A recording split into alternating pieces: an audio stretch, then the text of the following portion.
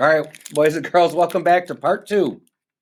The two bad ants. Where we left off is they had just been shot out of a toaster.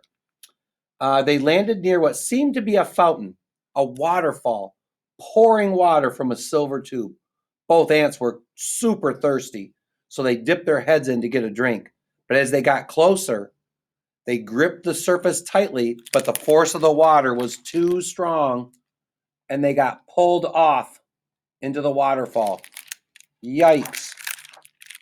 The tiny insects were pulled and landed into a soggy, wet chamber full of half-eaten fruit and soggy items, loud noises, and suddenly the cave began to spin. Anybody have a guess on where they landed?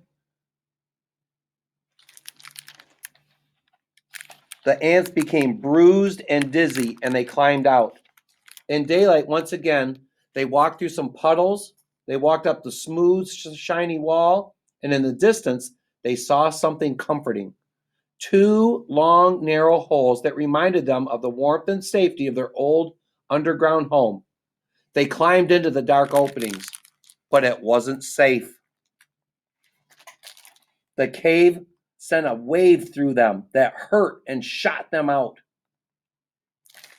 Can you imagine what just happened to them? When they landed, they were too exhausted to go on, and they fell asleep in the corner. As night returned, the two ants woke up. They took two more crystals and decided it was time to go home.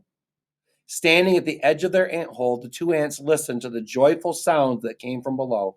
They knew how grateful their mother queen would be when they gave her their crystals. At that moment, the two bad ants felt happier than they had ever been. This was their home. This was their family. This is where they were meant to be. The end.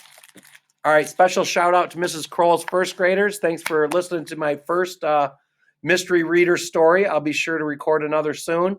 And hello to all the second grade kids from Miss Willett and Mrs. Cobb's room. All right, go Rams.